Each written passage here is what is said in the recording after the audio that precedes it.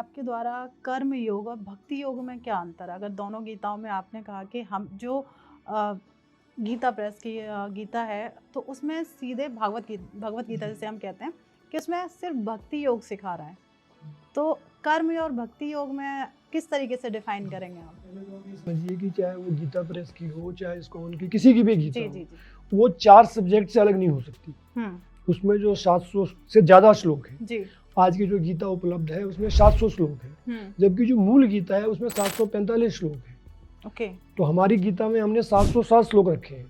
707। पहला डिफरेंस तो ये आ जाता है। दूसरा, ये जो बाकी जितनी गीताएं हैं इनके 4 विधाएं हैं। पहला है सांख्य योग। सांख्य योग का अर्थ ये होता है कि आप भगवा कपड़ा पहनिए, पत्नी छोड़िए, पति छोड़िए, घर परिवार छोड़ के केवल और केवल ध्यान कीजिए, मतलब गृहस्थ जीवन को पूरा छोड़ त्याग दीजिए। देना है। ठीक है। तो जो भी, चाहे वो बुद्धिस्ट हो, चाहे आप ईसाइयों को देखिए, वो पादरी उनके होते हैं, वाइट ड्रेस पहन लेते हैं, तो घर परिवार छोड़ देते हैं। कुछ कुछ वैसा ही है। और हिंदू धर्म में तो बहुत बड़ी श्रृंखला ही है सन्यासी लोगों की। तो भगवान ने उसको सांख्य योग कहा, संख्या का योग। 5 ज्ञान इंद्रियां, 5 कर्म इंद्रियां, उसके ऊपर मन बुद्धि चित्त अहंकार, उसके बाद 3 प्रकृति, इसकी जो संख्या हम कर रहे हैं उसको सांख्य योग कहा जाता है। तो ये हर गीता में उपलब्ध है। इसके बाद आता है कर्म योग जी। इसके बाद हर गीता में, सब में 18 अध्याय हैं, 700 श्लोक हैं। फिर आता है कर्म योग।